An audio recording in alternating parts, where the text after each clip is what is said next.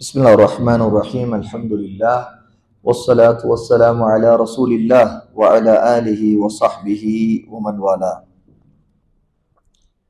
நரகத்தில் சேர்க்கும் 100 பெரும்பாவங்களில் 28வது உயிர் ஜீவராசிகளை சித்திரவதை செய்தல். எதுவாக இருக்கலாம், அது ஒரு பூனையாக இருக்கலாம், நாயாக இருக்கலாம், கழுதையாக இருக்கலாம், குதிரையாக இருக்கலாம். எதையாக இருந்தாலும் அதை சித்திரவதை செய்கிற நோக்கத்தோடு, அதிலே ஒரு கொடூரமான எண்ணத்தோடு, அது ஒரு விளையாட்டாக செய்வதற்கு ஒரு மனிதனை நரகத்திலே கொண்டு போய் தள்ளிவிடும். அபூபக்கர் ரலியல்லாஹு அன்ஹுடைய மகள் அஸ்மா ரலியல்லாஹு அன்ஹா சொல்றாங்க, ரசூல் ஸல்லல்லாஹு அலைஹி வஸல்லம் ஒரு தடவை சூரிய கிரகண தொழுகை முடித்து விட்டு பேசுகிறாங்க மக்களிடம். என்ன சொல்றாங்க? கத் தனத் மின்னல் ஜன்னத்து ஹத்தா லவ் இஸ்தரத்து அலைஹா லஜித்துக்கும் பிகிதாஃபின் மின் கிதாஃபிஹா. சொர்க்கம் எனக்கு காட்டப்பட்டது. எந்த அளவுக்கு பக்கத்தில் என்றால், அதனுடைய மரத்தில் இருக்கிற கனிகளுடைய குலைகள், பழத்துடைய குலை, அது என் கண்ணுக்கு மிக பக்கத்தில் காட்டப்பட்டது. அதை நான் கையில் பறித்து விட முடியும் என்பது போல இருந்தது. எனக்கு சக்தி இருந்திருந்தால் அதை பறித்து உங்களிடம் இதுதான் சொர்க்கத்து கனி, இதுதான் சொர்க்கத்து குலைகள் என்று காட்டியிருப்பேன். அடுத்து நரகத்தை பத்தி ரசூலுல்லாஹ் சொல்றாங்க. வதனத் மின்னல் நார் ஹத்தா குல்து ஐ ரப்பி வானா மஅஹு. எனக்கு நரகமும் காட்டப்பட்டது, மிக பக்கத்தில் காட்டப்பட்டது. ரசூலுல்லாஹ்வுடைய கண்ணுக்கு தெரிகிற மாதிரி அந்த காட்சியை அல்லாஹ் காட்டுகிறான். சொர்க்கத்தையும் அல்லாஹ் காட்டினா கண்ணுக்கு பக்கத்துல தெரிகிற மாதிரி இருந்தது. எந்த அளவுக்கு? அங்க இருக்கக்கூடிய தோட்டத்தில் இருக்கிற திராட்சை குலைகள், பழங்களுடைய குலைகள் கண்ணுக்கு முன்னாடி எடுக்கிற மாதிரி இருந்துச்சு. நரகமும் காட்டப்பட்டது. ரசூலுல்லாஹ் இப்ப என்ன சொல்றாங்கன்னா, அதை பார்த்த போது ஐய ரப்பி, என்னுடைய இறைவனே, வஅனா மஅஹு, நானும் நரகவாசியில் உள்ளவனோ என்று பயந்து ரசூல் ஸல்லல்லாஹு அலைஹி வஸல்லம் கேட்கிறாங்க. அந்த அளவுக்கு பக்கத்துல பாக்குறாங்க. அதனால தானும் நரகத்துக்கு போயிடுவோமோ, நானும் நரகத்திற்குரியவனா அப்படின்னு ரசூலுல்லாஹ் பயப்படுற அளவுக்கு நரகம் பக்கத்திலே தெரிகிறது. அப்போ ஒரு காட்சியை பார்க்கிறாங்க. அங்கே ஒரு பெண்ணை பார்த்தேன். ஹசிப்து, அவளை பூனை ஒன்று தன்னுடைய நகங்களால் பிராண்டி கீறி கிழித்துக் கொண்டிருக்கிறத ரசூலுல்லாஹ் பார்க்கிறாங்க. அன்னஹு قال தக்திஷுஹா ஹிர்ரத்துன், ஒரு பூனை அவளை, அந்த பெண்ணை கீறி அவளை வேதனை செய்து கொண்டிருக்கிறது. இது நரகத்தில் நடக்கிற ஒரு காட்சி. அப்படியே ரசூலுல்லாஹ் கண்ணுக்கு முன்னாடி பாக்குறாங்க. குல்து, இப்ப ரசூலுல்லாஹ் கேக்குறாங்க, மா ஷஹனு ஹாதிஹி, எதற்காக இந்த பெண்ணுக்கு இப்படி ஒரு வேதனை? நரகத்தில் ஒரு பூனை அவளை கிழித்து பிராண்டி தன்னுடைய நகங்களால் கொடூரமாக அவளுக்கு இப்படி வேதனை நடக்கிறது. ஏற்கனவே அது நரகம், நெருப்பு. அந்த நெருப்பு நரகத்தில் ஒரு பூனையை கொண்டு அல்லாஹ் தஆலா வேதனையை தருகிறானே, ஏன், என்ன காரணம்? அப்போது பதில் சொல்லப்பட்டது. காலு, பதில் சொன்னார்கள், மலக்குகள் சொல்றாங்க, ஹபஸத்ஹா ஹத்தா மாத்தத் ஜூஅன், அவள் இந்த பூனையை கட்டி வைத்து பசியிலே, பட்டினியிலே போட்டால், எந்த அளவுக்கு என்றால் அப்படியே சாகடித்து விட்டாள். அந்த பூனைக்கு அவள் எந்த உணவும் அளிக்கவில்லை. வலா அர்சல்தஹா, அவள் அந்த பூனையை விட்டுவிடவும் இல்லை. சரி, கட்டி போடாம விட்டிருந்தா அந்த பூனை எங்கேயாவது தன்னுடைய ரிஸ்கை தேடிக்கிட்டு, உணவை தேடி எங்கேயாவது ஏதாவது கிடைக்கிறது சாப்பிட்டு உயிர் வாழ்ந்திருக்கும். ஆனா இவள் கட்டி போட்டா உணவும் தரவில்லை, பசியிலேயே போட்டு விட்டால். ஆகவேதான் அந்த பூனை எதையும் சாப்பிட முடியாது. வலா அர்சல்தஹா தஅகுலு, அது தனக்கு தேவையான ரிஸ்க, உணவை இந்த பூமியில எதையும் சாப்பிட முடியாமல் ஆக்கி இப்படியே சாகடிச்சுட்டான். அல்லாஹ் அதற்கு என்ன தண்டனை கொடுக்கிறான்? அந்த பூனையை கொண்டு அது நரகத்திலே இவளை கடுமையாக வேதனை செய்கின்ற தண்டனையை அல்லாஹ் கொடுக்கிறான். இந்த ஹதீஸ் இமாம் புகாரி ரஹிமஹுல்லாஹி தஆலா இதை பதிவு செய்யறாங்க. 745வது செய்தியாக இது பதிவாகுது. இப்ப இதுல இருந்து தெரியுது, நரகவாசிகளுக்கான வேதனைகள்ல ஒன்று, அவர்கள் இந்த உலகத்துல எதற்கு என்ன சித்திரவதைகளை செய்தாங்களோ அந்த சித்திரவதைக்கு ஏற்ற வேதனை அவர்களுக்கு தரப்படும். இது வெறும் பூனைக்கு மட்டுமல்ல, ஒரு நாய்க்கு ஒருத்தர் செய்திருந்தால் அந்த நாயை கொண்டு அல்லாஹ் நரகத்தில் வேதனை கொடுப்பான். ஒரு மாட்டுக்கு அப்படி ஒரு வேதனை செய்தா அந்த மாட்டை கொண்டு அல்லாஹ் அந்த வேதனை கொடுப்பான். அல்லாஹ் அறிந்தவன். அந்த வேதனை எப்படி இருக்கு அந்த நரகவாசிக்கு தான் தெரியும். ஏன்னா அனுபவிக்க போறோம். ஏன்னா இந்த உலகத்துல அந்த நாயோ பூனையோ எதுவா இருக்கட்டும், அந்த சித்திரவதை செய்து செய்து கொன்றது இருக்குதுல்ல, அதற்கு ஏற்ற மாதிரி கடுமையான தண்டனை வேதனை நரகத்தில் இருக்கும். ஆக இது ஒரு பெரும்பாவம். ஒரு மனிதனை சித்திரவதை செய்யறது அல்ல, ஒரு மனிதனை கொலை செய்யறது மட்டும் பெரும்பாவம் இல்லை. உயிர் ஜீவராசிகளை தேவையில்லாம, தேவை என்றால் என்ன, உண்மையிலே நாம உணவுக்காக ஒரு ஆட்டை அறுக்கிறோம். ரசூல் ஸல்லல்லாஹு அலைஹி வஸல்லம் என்ன சொன்னாங்க? நீங்கள் அருங்கள், அழகான முறையில் அருங்கள். நீங்கள் அறுப்பதாக இருந்தாலும் அழகான முறையில் அருங்கள். ஏன்? அதன் மூலமாக அந்த உயிர் பிராணிக்கு நிம்மதியை ஏற்படுத்துங்கள். ஏன்னா மொன்னையான கத்தியை வச்சு நம்ம அறுக்கக்கூடாது, சட்டம் இருக்கு. ஒரு ஆட்டை அறுப்பதா இருந்தாலும் நல்ல பதப்படுத்தி கூர்மையாக்கி கொள்ளுங்கள் சொன்ன. உங்கள் கத்தியை தீட்டிக் கொள்ளுங்கள், அதன் மூலமாக அருங்கள், அழகான முறையில் அருங்கள். அப்படி ஒரு அறுக்கும் போது அதனுடைய உயிர் நரம்பு அறுபட்டு அதுக்கு நிம்மதி கிடைச்சணும். ரசூலுல்லாஹ் சொன்னாங்க, அதற்கு நிம்மதியை கொடுங்கள். அப்ப அறுத்து சாப்பிடக்கூடிய ஹலாலான நம்முடைய உணவு கூட, நாம சாப்பிடக்கூடிய ஆடோ மாடோ ஒட்டகமோ ஒரு கோழியோ எதுவா இருக்கட்டும், அல்லாஹ் ஹலாலாக்கி இதை சாப்பிடுவதற்காக அதை கொலை செய்து நாம் சாப்பிடுவது அல்லாஹ் அனுமதித்த போது கூட அந்த அனுமதியில அல்லாஹ் நிபந்தனை வச்சிருக்கிறான், அதை சித்திரவதை செய்யக்கூடாது. ஆகவே நம்முடைய மார்க்கத்துல ஹலாலுடைய சட்டங்கள்ல ஒண்ணு, ஒரு உயிர் ஜீவராசிய அறுக்காம கழுத்தை திருகி கொள்வது இருக்குது ஹராம். அப்படி கழுத்தை திருகி கொல்லப்பட்ட ஒரு கோழியையோ அல்லது வேறு எந்த பிராணியையோ, அதாவது அனுமதிக்கப்பட்ட பிராணி, ஹலாலான பிராணியை நம்ம சாப்பிடக்கூடாது. ஏன்? அது சித்திரவதை செய்யப்பட்டிருக்கிறது. யார் அதை செய்தானோ அவனுக்கு அது போன்ற ஒரு தண்டனை நரகத்தில் இருக்கும். நல்லா பாதுகாக்கணும். சில நேரத்துல சிறு பிள்ளைகள், நாம அவங்களுக்கும் விவரம் நமக்கும் தெரியாம அவங்களுக்கும் தெரியாம அது கோழியையோ அல்லது பூனையையோ சித்திரவதை செய்யறது, அல்லது இந்த தட்டாச்சி இந்த மாதிரி தும்பி பறக்கக்கூடியது இதை பிடிச்சு சித்திரவதை செய்யறது, அது ஒரு விளையாட்டா நினைக்கிறது, அதற்கு நெருப்பை கொளுத்தி அதை தூக்கு போடுற மாதிரி பண்றது, அல்ல இந்த ஓனா உடைக்கான்னு சொல்லுவாங்க, ஒரு அங்கங்க இருக்கும், அது பிள்ளைகள் பிடிச்சு விளையாடுவாங்க. பிடிச்சு விளையாடுனா அது வேற, அது தப்பு இல்லை, அது விளையாடுறது. ஆனா பசங்க என்ன செய்வாங்க, அதை அதுல விளையாடுறங்கிற பேர்ல சித்திரவதை செய்வாங்க. நெருப்பை கொளுத்தி மூட்டி இதற்கு தூக்கு தண்டனை தான் போறோம், இதுக்கு அதோட கழுத்து ஆட்டும் தலையாட்டும் அது மாதிரிலாம் அது செய்யும் பொழுது ஒரு விளையாட்டை எடுத்துக்கிட்டு அதுக்கு சித்திரவதை செய்யுது. அப்போ நெருப்பு கொளுத்தி அதை அப்படி கொலை செய்கிறது. இது எல்லாமே மார்க்கத்தில் ஹராம், தடை செய்யப்பட்ட பெரும்பாவங்கள் உள்ள இந்த மாதிரியான காரியங்கள். இந்த ஹதீஸ்ல இருந்து இதெல்லாம் தெரியுது. நரகத்தில் சேர்க்கக்கூடிய 100 பெரும்பாவங்களை 29வது மனிதர்களையும் சித்திரவதை செய்யறது. இது இன்னும் பெரியது பாவத்தில். உயிர் ஜீவராசிகளை செய்யறத விட மனிதர்களை செய்யறது இன்னும் பெரியது. எந்த அளவுக்குன்னு கேட்டா, ஒரு உயிர் ஜீவராசிய அதை சித்திரவதை கொலை செய்தால் அந்த மாதிரி தண்டனை சொல்லப்படுது. ரசூல் ஸல்லல்லாஹு அலைஹி வஸல்லம் அந்த பூனைக்கு சொல்லும் போது அந்த பூனையை அந்த பெண் அப்படியே சாகடிச்சிட்டாங்கிறாங்க. ஆகவேதான் நரகத்தில் இப்படி அவளுக்கு தண்டனை. பூனையை கொண்டு அல்லாஹ் தஆலா அந்த நரகத்திலே அவளை பிராண்டி முழுக்க முழுக்க அந்த வேதனை நடக்கும். ஆனா மனிதர்களை பொறுத்த வரைக்கும் மனிதனை சித்திரவதைங்கிறத அடிப்பதை கொண்டு சித்திரவதை செய்தா கூட அதற்கு தண்டனை இருக்கு. அடிப்பதை கொண்டு, சாகடிக்கல, அடித்தான், அடிக்கிறத கொண்டு சித்திரவதை செய்யறது கடுமையா. அது நோக்கமே சித்திரவதை வேதனை பண்ணணுங்கிறதுக்காக. ரசூல் ஸல்லல்லாஹு அலைஹி வஸல்லம் இதை பற்றி சொன்னாங்க. அபூ ஹுரைரா ரலியல்லாஹு அன்ஹு அறிவிக்கக்கூடிய இந்த ஹதீஸ் மிக முக்கியமான ஹதீஸ். ரசூல் ஸல்லல்லாஹு அலைஹி வஸல்லம் இந்த ஹதீஸ் ஸஹீஹ் முஸ்லிம்ல 2128வது செய்தியாக பதிவாகும்.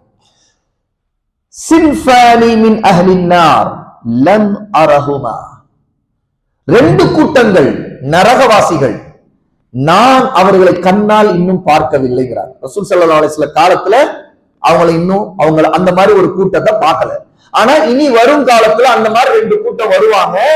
அந்த ரெண்டு கூட்டம் நரகத்துக்கு போறவங்க நரகவாசிகள் தான். மின் அஹ்லின்னா, நரக நெருப்பில் இருக்கக்கூடியவர்கள் அப்படிங்கிறாங்க. சின்ஃபான், ரெண்டு கூட்டங்கள். யார் யாரு?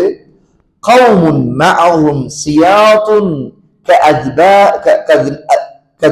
கஅذنابில் பகர் யضربون بها الناس. ஒரு கூட்டம் அவர்கள் சாட்டைகள் வைத்துக் கொண்டிருப்பார்கள், மாடுகளை அடிப்பதை போல மனிதர்களை அடிப்பார்கள் அப்படிங்கிறாங்க. ஏன் சித்திரவதை செய்யறது? அது வரலாறுல நம்ம நிறைய இந்த அடிமைகளை எல்லாம் இப்படிதான் நடத்தினாங்கன்னு கேள்விப்படுறோம் நிறைய வரலாறு. இன்றும் கூட மாடுகளை அடிப்பதை போல மனிதர்களை ஒருத்தர் அடிக்கிறான்னா அவன் நரகவாசி. ரசூல் ஸல்லல்லாஹு அலைஹி வஸல்லம் எச்சரித்த நரகவாசி வந்துருவான். சாட்டையை கொண்டு மாடுகளை போய் மனிதர்கள் அடிப்பது. ஆனா இது பொதுவாக அடிக்கிறது, பொதுவாக சித்திரவதைக்காக அடிக்கிறது. ஆனா மார்க்கத்துல சாட்டை அடி, ஒரு ஜினா செய்த ஒருவன், திருமணம் ஆகாத நிலையில ஜினா விபச்சாரம் செய்தவன 100 சாட்டைகள் அவனுக்கு கொடுக்கப்படுற தண்டனை இருக்குது. அது வேறு இது வேறு. ஏன்னா அது அல்லாஹ்வுடைய ஹத், அது அல்லாஹ்வுடைய தண்டனை. அது இந்த உலகத்துல ரசூல் ஸல்லல்லாஹு அலைஹி வஸல்லம் அந்த தண்டனை நிறைவேற்றினார். அது சாட்டையை கொண்டு அவர்களுக்கு 100 அடிகள் கொடுக்கப்படும் அவங்க விபச்சாரம் செய்ததற்காக. ஆனா இது எப்படின்னு கேட்டா ரசூலுல்லாஹ் சொல்றாங்க, இனி வருவாங்க அந்த மாதிரி கூட்டத்தார். இந்த செய்தியை எழுதக்கூடிய இமாம் குர்துபி இந்த ஹதீஸின் கீழே விளக்கம் எழுதும் போதுறாங்க, அவங்க வாழும் காலத்துல குர்துபா அந்த பகுதியில அவர்கள் இப்போ அதாவது மொரோக்கோ பகுதியில நான் இப்படிப்பட்டவரை நான் அறிந்திருக்கிறேங்கிறாங்க. ரசூலுல்லாஹ் சொன்னவங்க பின்னாடி மொரோக்கோல வந்துட்டாங்க. இவங்க மனிதர்களை சாட்டைகளால் அடிச்சு சித்திரவதை செய்யக்கூடிய கூட்டமா இருக்கிறாங்க. ரசூலுல்லாஹ் சொன்ன நரகவாசிகள் இவங்களா இருப்பாங்களோ அப்படிங்கிறாங்க.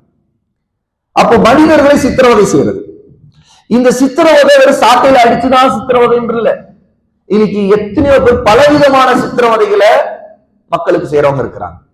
வீட்டிலும் வெளியிலும் பலவிதமான சித்திரவதைகள்.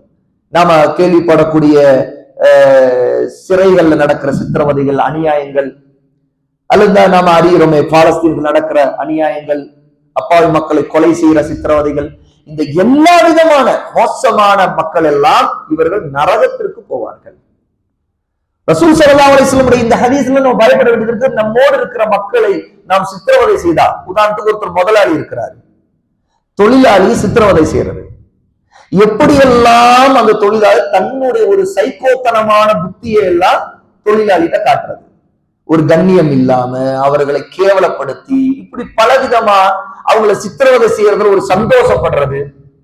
இது பல நேரத்துல இது ஷைத்தானுடைய குணம். சித்திரவதை செய்து சந்தோஷப்படுறது, ஒருத்தவங்களுடைய கஷ்டத்தை பார்த்து சந்தோஷப்படுறது. ஷைத்தான் எந்த அளவுக்கு இந்த கேடுகிட்ட மிக மோசமான குணம் உள்ளவன்னா, அவன் ஒரு குழந்தையிடம் கூட இந்த குணத்தை காட்டான். ஒரு குழந்தை பிறந்தவனே அழுகிறது. ஏன் அழுகிறது? ரசூலுல்லாஹ் சொல்றாங்க, ஷைத்தான் அதை குத்துகிறான்ங்கிறாங்க.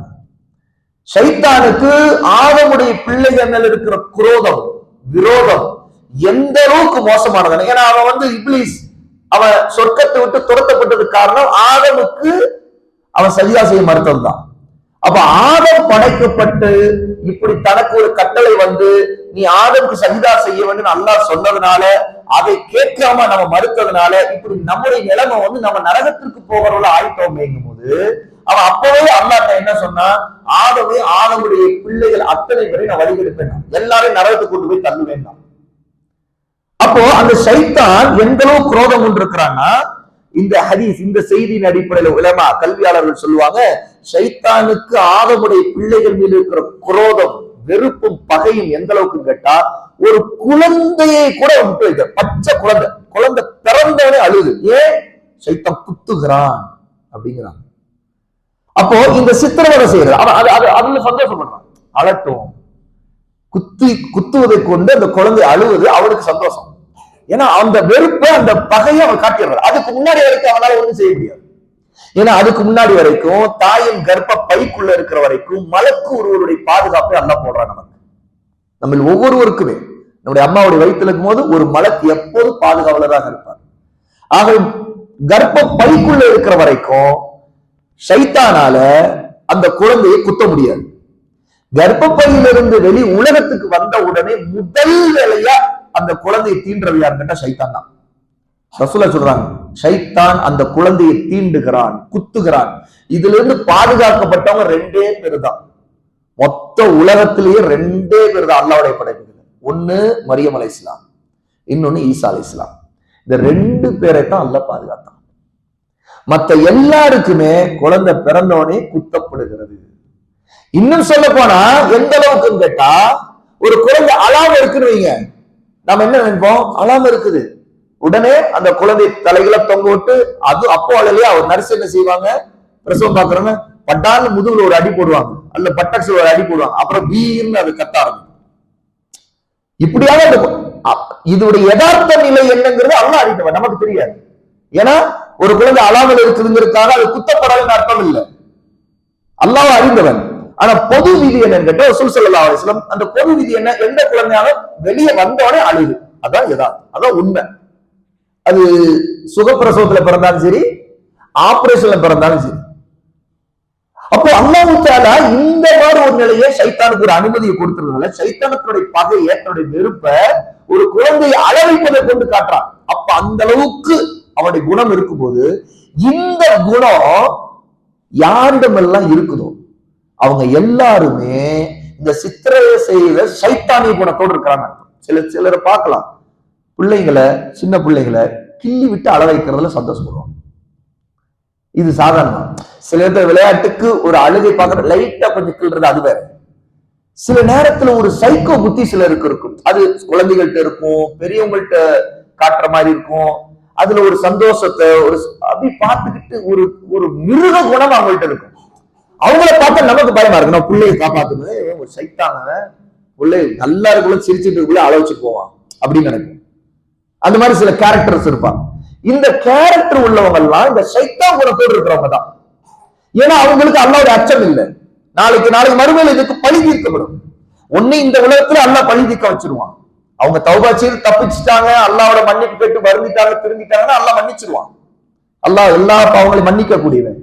ஆனா இந்த கேடுகட்ட ஒரு மோசமான குணத்தோட இருந்துகிட்டு குழந்தையா இருந்தாலும் பெரியவங்களா இருந்தாலும் யாரா இருந்தாலும் அவங்களுடைய கஷ்டப்படுறத, அவங்க படுற வேதனைகளை, அதுல சந்தோஷப்படுறது, அப்படி இல்லைன்னா தான் இன்னும் அவங்களுக்கு வேதனை கொடுக்க நினைக்கிறது இருக்குது. இது சைத்தானுக்கு இருக்கிற குணம். இது நரகத்திற்கு ஒருத்தர் கொண்டு போயிடும். ரசூலுல்லாஹி ஸல்லல்லாஹு அலைஹி வஸல்லம் இதே ஹதீஸ்ல 2 கூட்டம் சொல்லும்போது 2வது கூட்டம் யாரை சொல்றாங்கன்னு கேட்டா பெண்களை சொல்றாங்க. எந்த கூட்டம்? வநிசாஉன் காசியாத்துன் ஆரியாத்துன் முமீலாத்துன் மாயிலாத்துன் رؤوسهن كأسنمة البخت المائلة لا يدخلون الجنة ولا يجدن ريحها وإن ريحها ليوجد من مسيرة كذا وكذا. 2வது கூட்டம் பெண்களிலே நடையால் ஒய்யாரமாக நடந்து அசைவை கொண்டு ஆண்களை கவரக்கூடிய பெண்கள். அவர்கள் ஆடை அணிந்தாலும் நிர்வாணமாக தெரிவார்கள். டிரெஸ் போட்டிருப்பாங்க, ஆனா நிர்வாணமா இருக்கும். ஏன்? அரைகுறை ஆடை. அவங்களுடைய அவுராவை மறைக்க மாட்டாங்க. அவங்களுடைய கட்டாயம் மறைக்க வேண்டிய பகுதிகள் மறைக்கப்படாம இருக்கும். அந்த ஆடை பேருக்கு ஆடையா தெரியும். ஏன்னு கேட்டா அது ரொம்ப சன்னமான மெல்லியதான ஆடையா இருக்கும். அவை அவருடைய உடல் உறுப்புகள் எல்லாம் வெளியே தெரியும் விதமா இருக்கும். அவங்களுடைய அந்த அவயங்கள் எல்லாம் தெரியும். அதை இறுக்கமாக அணிவாங்க. ஏன்னா இறுக்கமா ஒரு ஆடை அணிந்தாலே உடல் உறுப்புகளுடைய அளவுகள், அதனுடைய பரிமாணம் ஒரு பெண்ணுடைய மார்பு எப்படி இருக்குது, இடுப்பு எப்படி இருக்குது, அவங்களுடைய கைகள் எப்படி இருக்குது, அளவு எல்லாமே இறுக்கமான ஆடை அணிந்தா தெரியும். அவங்க உலமா கல்வியாளர்கள் ஒரு பருதா அணியக்கூடிய ஹிஜாப் புர்கா இறுக்கமாக அணிந்தால் அது ஹிஜாபாக ஆகாது. ஏன்? அது உடம்போடு ஒட்டுவதன் காரணமாக உடம்புடைய உறுப்புகள் அவங்களுடைய அளவு, அவங்களுடைய உயரம், அவங்க குண்டா ஒல்லியா எல்லாம் தெரிய ஆரம்பிச்சிருது. ஹிஜாபுடைய நிபந்தனைகள் இது உண்டு, நிறைய மக்களுக்கு தெரியாது. என்ன தெரியுமா? ஒரு ஹிஜாப் அணியப்பட்டா இந்த 2 கைகள் இருக்குதா இல்லையா, இந்த 2 கையுடைய ஸ்லீவ் தெரியக்கூடாது. அப்படின்னா என்ன? கை தெரியக்கூடாதுன்னா, இப்போ நான் ஒரு ஜாக்கெட் போட்டிருக்கேன், அப்போ இது என்ன, தனியா நம்முடைய கை தெரியுது, இதுதான் யதார்த்தம். இது இந்த ஸ்லீவ் தெரியுது. இந்த மாதிரி ஒரு ஸ்லீவ் ரெண்டு கைகளுக்கும் ஒரு ஹிஜாப் அணிந்த பெண்ணுக்கு வெளியே தெரிந்தால் அது குறைவுள்ள ஹிஜாப். ஏன்னா இந்த கையுடைய அளவு, கை குண்டா இருக்கா ஒல்லியா இருக்கா, அதோடைய தன்மை எல்லாமே ஒரு ஆணுக்கு யதார்த்தமா வெளியில தெரியாது. இதுதான் உண்மை. ஆகவே அணியக்கூடிய ஹிஜாப் கைகள் உள்ள ஸ்லீவ் அணியக்கூடாதுன்னு அர்த்தம் இல்ல. ஸ்லீவ் இருக்கலாம். அது ஒரு புர்காவை எடுத்து ஒரு பெண் போடும் போது ஸ்லீவோட கையை உள்ள விட்டு அவர் எடுத்து மேல போட்டு கையை உள்ள விட்டு போட்டுக்கலாம். ஆனா போட்டாலும் அதுக்கு மேல அதை முழுக்க மறைக்கக்கூடிய ஒரு மக்கானா, ஒரு முக்காடு, அது தலையிலிருந்து முழுக்க மறைக்கிறத கொண்டு கையையும் மறைக்கும் போது அது ஒரு லூஸான, அது ரொம்ப தளர்ச்சியா, கைகள் அவங்க தூக்குனாங்கன்னா அந்த அந்த அந்த கைகளுடைய உயரத்துக்கு ஏற்ற மாதிரி அந்த முழு அவங்க போட்டிருக்கிற மேல் ஆடை அந்த முக்காடு மறைக்கும். அப்ப அதனால அவருடைய ஸ்லீவ் தெரியாது, அவருடைய கை தனியா தெரியாது. இதுதான் பரிபூர்ணமான ஹிஜாப். இது நம்மளுக்கு சட்டமே தெரியாது. ஹிஜாபுடைய சட்டங்களுக்கு இன்னும் நிறைய பேருக்கு தெரியாது. பெண்கள் நிறைய பேர் அலங்காரங்களோடு, ஜரிகை ஜிமிக்கியோடு, டிசைன் போட்டு, அந்த பக்கம் ஒரு வெட்டி, இந்த பக்கம் ஒரு வெட்டு, அங்க ஒரு முடிச்சு, இங்க ஒரு முடிச்சு, அங்க ஒரு கிராஸ் கட்டு, பின்னாடி ஒண்ணு முன்னாடி ஒண்ணு, இப்படி பலவிதமாக. அதான் ஷேக் அனீஸ் ஹபிபுல்லாஹ் அவர்கள் ஒரு தடவை பேசிக் கொண்டிருக்கும் சொன்னாங்க, இன்று பெண்கள் போடக்கூடிய ஹிஜாப் இருக்குது, இந்த ஹிஜாபை பார்க்கக்கூடியவன் அவர்கள் உள்ள இன்னும் எவ்வளவு அழகாக போட்டிருப்பார்கள் அப்படின்னு நினைப்பான். உள்ள போட்டிருக்கிற சுடிதாரும் சேலையும் இன்னும் எவ்வளவு அழகா போட்டிருப்பார் அப்படின்னு நினைப்பான். இப்படி சொன்னாங்க. அப்ப எனக்கு ஒண்ணு தோணுச்சு, உண்மையிலேயே யதார்த்தத்தை நாம கொஞ்சம் கவனிச்சு பார்த்தா, இன்னைக்கு இருக்கிற ஹிஜாபுகளுடைய நிலைமையெல்லாம் யோசிச்சு பார்த்தா, அதுக்கு செலவழிக்கிற காசு, அதோடைய மதிப்பு, அதோடைய ரேட், இதெல்லாம் வச்சு சிந்திச்சு பார்த்தா உண்மையில உள்ள போடக்கூடிய சேலை சுடிதார் இந்த ட்ரெஸ்ஸை விட காஸ்ட்லியாக இருக்கு, அதை விட அலங்காரமா இருக்குது. ஒரு பெண் அணியக்கூடிய உள்ள அணியக்கூடிய சுடிதாரை விட அலங்காரமான ஒரு புர்காங்கிற ஒன்றைத்தான் அவள் அணிகிறார். உள்ள அணியக்கூடிய சேலையை விட அலங்காரமான ஒரு ஹிஜாபை, ஹிஜாப் என்கிற பேர ஒரு ஆடையை அவள் அணிகிறார். சுப்ஹானல்லாஹ், பாருங்க. அப்படின்னா எங்க ஹிஜாபுடைய நோக்கமே அடிபட்டுச்சு. அப்போ அந்த ஹிஜாபை பார்த்தாலே ஒரு ஆம்பளை திரும்பி பார்க்க முடியும். அதோடைய டிசைன் ஈர்க்கும் விதமா இருக்கு. ஏன் பெண்களுக்கு அது பிடிச்சு போகுது, அதை சிந்திச்சு பார்க்கணும். ஒரு பெண் இந்த மாதிரி ஒரு அலங்காரமான ஹிஜாபை போட்டு வந்தா அந்த மற்ற பெண்கள்லாம் மார்க்க எய்ம் இல்லாத, கல்வி இல்லாத பெண்கள் என்ன செய்யறாங்க, வாவ் சூப்பரா இருக்குதுங்க, எங்கங்க வாங்குனீங்க அப்படின்னு கேட்கிறாங்க. பேசிக்கிறாங்களா இல்லையா? இந்த யதார்த்தம் ஒரு பெண் இந்த கேள்வி எப்ப கேட்பா? ஒரு பெண் ஒரு சேலை அணிஞ்சா அந்த இன்னொரு பெண் அந்த சேலை பார்க்கிறாள், அல்லது ஒரு சுடிதார் அணிஞ்சா அந்த சுடிதார் அழகா இருக்குன்னு சொல்லி ஒரு டிசைன் அழகா இருக்குன்னு பாக்குறான்னா, எங்க நல்லா இருக்கு டிசைன் அழகா இருக்குது, இது எங்க வாங்குனீங்கன்னு கேட்கறது யதார்த்தம். ஆனா அந்த இடத்துல இந்த ஹிஜாபு புர்காலாம் வந்துருச்சு. அப்ப போடக்கூடிய ஹிஜாப் புர்காவை பார்த்துட்டு இன்னொரு பெண் வாவ் சூப்பரா இருக்குதுங்க, எங்க வாங்குனீங்கன்னா என்ன அர்த்தம்? அப்போ ஒரு பெண்ணை அது ஈர்க்குது என்றால், பெண்ணுக்கு ஈர்க்கும் என்றால் ஆணுக்கு ஈர்க்கும். ஏன்னா பெண் முதல்ல ஈர்க்கப்படுகிறவள். அப்ப அவள் அணியக்கூடிய இந்த ஹிஜாபை ஈர்க்கிறதா இருந்தால் ஆணை அது இன்னும் ஈர்க்கும். இது எல்லாமே இதுல வந்துடும். இதை தாண்டி, ஹிஜாபை தாண்டி ஒரு பெண் அணியக்கூடிய ஆடை, பொதுவா நம்ம முஸ்லீம் அல்லாதவர்கள் அணியக்கூடியதெல்லாம் நம்ம அதிகமா அறிந்துதான் வச்சிருக்கிறோம். எந்த அளவுக்கு உடலுடைய அந்த நிறத்தோடு, தோளுடைய கலர், அந்த கலர்ல ஒரு லெகின்ஸை போட்டு போறாங்க. என்ன ஆகுது, சட்டு அவங்க கீழே ஏதாவது போட்டிருக்காங்களா இல்லையான்னு டவுட் வர்றதா இல்லையா? மைண்ட் என்னங்க ஒண்ணும் உடம்பு கீழே ஒண்ணும் இல்லாம, ஓ அது லெகின்ஸ். அப்படி அந்த லெகின்ஸ் பல நேரங்கள்ல ஒரு கணவனை ஈர்க்கிறதுக்காக ஒரு பெண் தனிமையில போட்டுக்கிட்டாலும் பிரச்சனை இல்லை. ஆனா வெளியே அந்த லெகின்ஸை போடுறான்னா அந்த லெகின்ஸ் உடைய தன்மை என்ன கேட்டா உடம்புடைய ஒரு தோல் போல அது இருக்குது. அப்ப என்ன, அது ஆடை போட்ட மாதிரி அது தெரியறது இல்லை. அது பார்த்தா உண்மையில ரசூலுல்லாஹ் இங்க ஹதீஸ்ல சொல்றது ஆடை அணிந்து நிர்வாணமாக இருக்கிற நிலை, லெகின்ஸ் அணிந்த நிலை. அப்படின்னா இன்னைக்கு வெளிநாடுகள்ல, இன்னும் நம்ம நாட்டுல நேரடியா பார்க்கிற அளவுக்கு வராவிட்டாலும், அத சினிமா நடிகைகள் அவங்க போட்டு புகைப்படங்களா போட்டோஸா பரவிட்டு இருக்கிற அளவோடு நின்று கொண்டிருந்தாலும், லெகின்ஸ் அளவுக்கு இங்க நாம வாழக்கூடிய பகுதியில வந்துட்டாலும் வெளிநாடுகள்ல லெகின்ஸ் மாதிரியே மேலேயும் அணியக்கூடிய பகுதி வந்து அந்த கலாச்சாரங்கள் அவங்களுக்கு மத்தியில இருக்கிறதுனால ஒரு பெண் ஆடை உடுத்துதான் இருக்கிறாளான்னு டவுட் ஆகும். பட்டு பார்த்தானா நிர்வாணமா ஒரு பெண் முன்னாடி நிற்கிறாங்க. இதைத்தான் ரசூலுல்லாஹ் சொன்னாங்க, இப்படி ஒரு கூட்டம் வருங்கிறாங்க. அவங்க தங்களுடைய நடையால அசைவுகளால ஒய்யாரமா அந்த அவங்களுடைய இடுப்பு, அவங்களுடைய பாவனை, அவங்களுடைய நடையுடைய அசை இதையெல்லாம் காட்டி ஆண்களை மயக்குவார்கள். அதனால் அப்படி சொல்லும் போது அவர்களும் ஆண்கள் பக்கம் சாய்வார்கள்,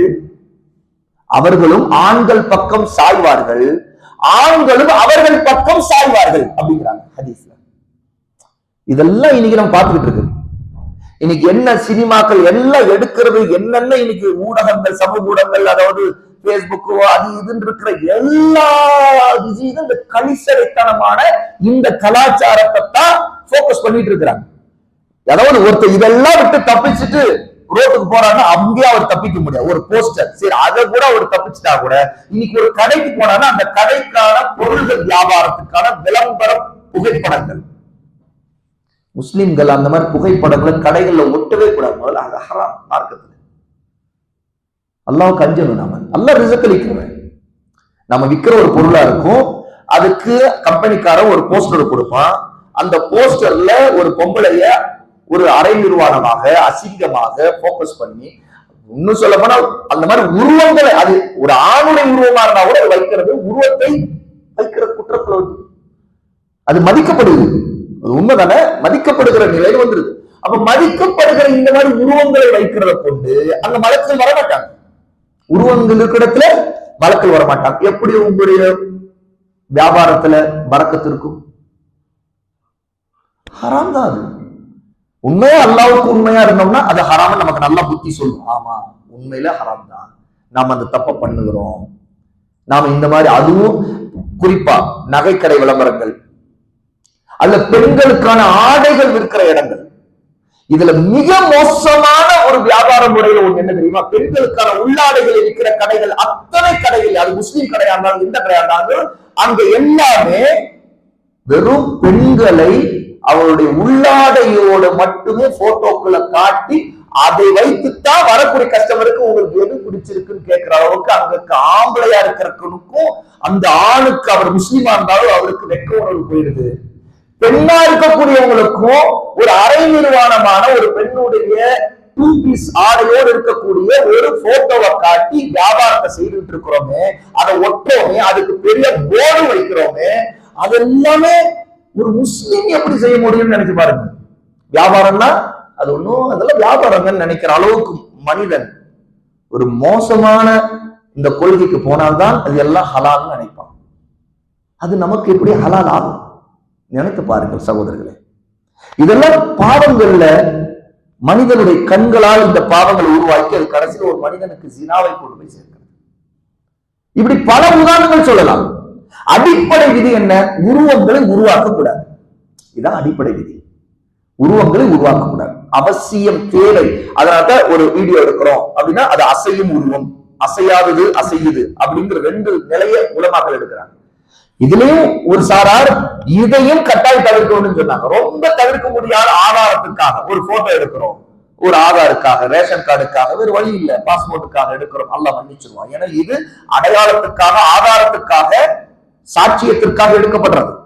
ஆனா தேவையில்லாம, அந்த ஒரு கட்டாயம் இல்லாம நம்முடைய வியாபார நோக்கத்துக்காக இதையெல்லாம் ஹலாலாக்கி கொள்ற போக்கு இருக்கு பாருங்க. இது எப்படி ஒரு பேணுதல் உள்ள, இரையச்சம் உள்ள, தொழுகையாளியா இருக்கக்கூடிய, நாளைக்கு அல்லாஹ்வுக்கு முன்பு என் ரப்புக்கு முன் நின்று நான் ஒவ்வொன்றுக்கும் பதில் சொல்ல கடமைப்பட்டவன், அவை என் நபியும் என்னுடைய ரப்பும் என்ன சொல்லிதான் அதற்குள்ள நான் கேட்கணும் அப்படின்னு நினைக்கக்கூடிய ஒருத்தர் எப்படி இந்த மாதிரியான படங்களை எல்லாம் வியாபாரத்துக்கு வச்சுக்க முடியும்? நினைச்சு பாருங்க. நம்முடைய சக்தியை தாண்டி சில விஷயங்கள் இருக்கும். அல்லாஹ்வோட மன்னிப்பு தான் கேட்கணும்.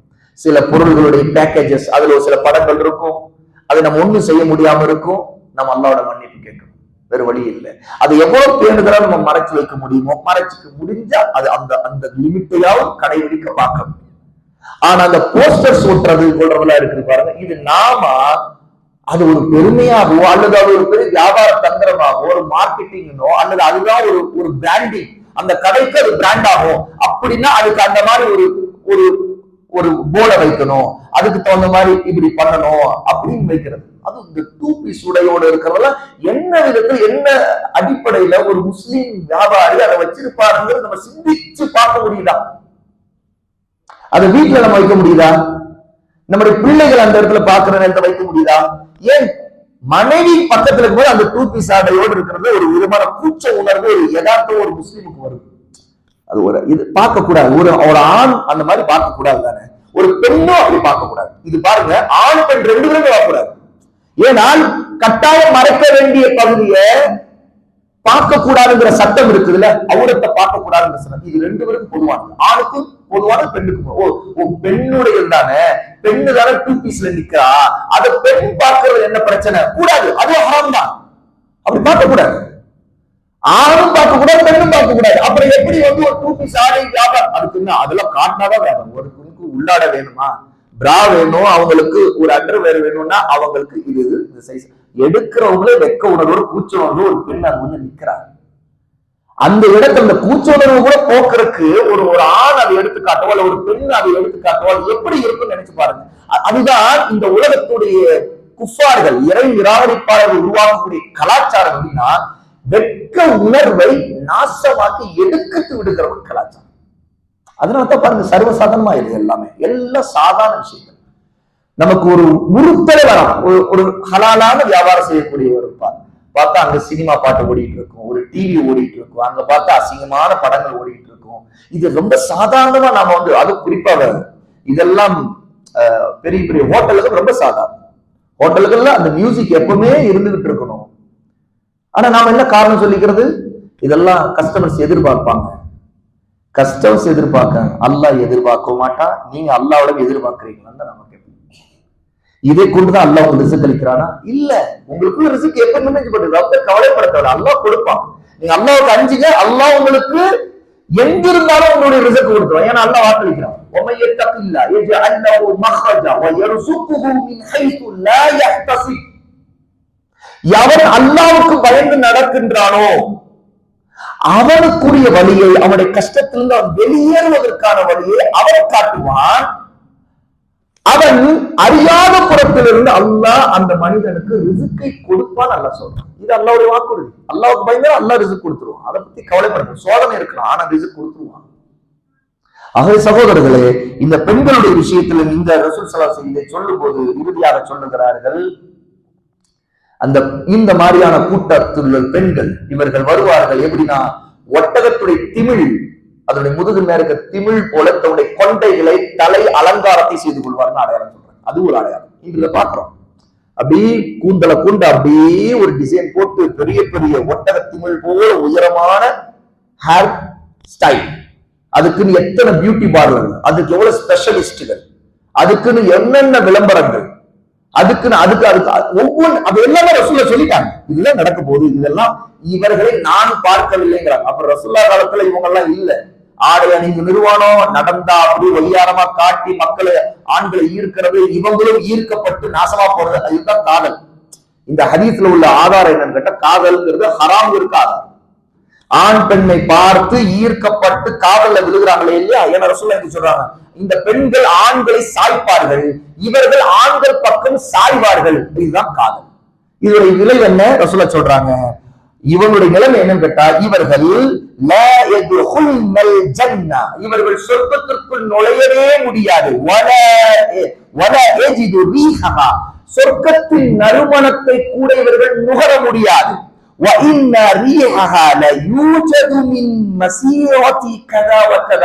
ஆனா சொர்க்கத்தின் நறுமணம் இருக்குது, அது இவ்வளவு தூரம் இருந்தா கூட அந்த நறுமணம் வீசுமா. அப்படின்னா என்ன? கதாவக்கதானா ரொம்ப தூரம், இவ்வளவு தூரம் இருந்தா கூடப்பா சொர்க்கத்துடைய வாசம் வரும். சொர்க்கம் எங்கேயோ இருக்கு, ஆனா ஒருத்தர் இங்க இருக்காரு, அந்த வாசம் அவருக்கு வருதுன்னு சொல்ற இடத்துலதான் ரசூலுல்லாஹ் சொல்றாங்க, கதாவக்கதா அவ்வளவு தூரம் இருந்தாலும் அந்த வாசம் வரும். அப்படின்னா அவ்வளவு தூரத்துல இருந்தாலும் வாசம் வருந்தா வரக்கூடிய நிலை இருந்தோம் அந்த சொர்க்கத்தில இருந்து. ஆனா சொர்க்கத்துடைய வாசத்தையே நுகர முடியாது. அவன் எவ்வளவு தூரத்துக்கு இருப்பான், அவன் நரகத்துக்கு போயிடுவான்னு அர்த்தம். நரகத்துக்கு போனாலும் சொர்க்கத்துடைய வாசமே கிடைக்காது. நரகத்து வெளியே இருக்கிறவங்க எவ்வளவு தூரத்துல இருந்து வாசனை பார்த்துட்டு அல்லாஹ் எனக்கு சொர்க்கம் போகக்கூடாது, நான் சொர்க்கம் போகணும் ஏந்துவாங்க. நரகத்தில் இருக்கிறவங்க மட்டுமே அந்த வாசனை கிடைக்கிறது, அது அருள்படம். சொர்க்கத்துக்குள்ளே போகாதவனுக்கு கூட பெரிய அருள் என்ன தெரியுமா, பெரிய அல்லாவுடைய நியமத்து என்ன தெரியுமா, அந்த வாசனையை பார்த்துட்டு அது நம்ம நுகர அல்லாஹ் நான் எப்படியோ சொர்க்கம் போகணும் ஒருத்தன் கெஞ்ச ஆரம்பிச்சிருவான் அல்லாட்ட. ஆனா நரகத்தில் இருக்கிறவனுக்கு அவனுக்கு அந்த வாசனை கிடைக்காது, அவன் அவ்வளவு தூரத்துல இருக்கான். அதாவது ரசூல் ஸல்லல்லாஹு அலைஹி வஸல்லம் இந்த ரெண்டு கூட்டங்களை, மனிதர்களை சித்திரவதை செய்வது, ஆண்கள் பெண்கள் காதல் செய்வது, சாய்வது, ஒய்யாரமாக பெண்கள் ஆண்களை கவர்வது, ஆடை அணிந்து நிர்வாணமாக இருப்பது, இந்த அத்தனை விஷயங்களுக்கும் பெரும்பாவமாக இதை நரகவாசிகளில் உள்ளவர்கள் இவர்கள் அப்படின்னு எச்சரிக்கை செய்யறாங்க. அல்லாஹ் நம் அனைவரையும் பாதுகாப்பானாக. அல்லாஹு தஆலா இந்த மாதிரியான ஹராமான காரியங்களிலிருந்து நாம் விலகி இருப்போமாக. சில விஷயங்களில் இப்படிப்பட்ட காரியங்கள் நாம் விழுந்திருந்தால் அல்லாஹ்வோட மன்னிப்பு கேட்டு நம்மை திருத்திக் கொள்வோமாக. வஆகிரு தஅவானா அல்ஹம்துலில்லாஹி ரப்பில் ஆலமீன்.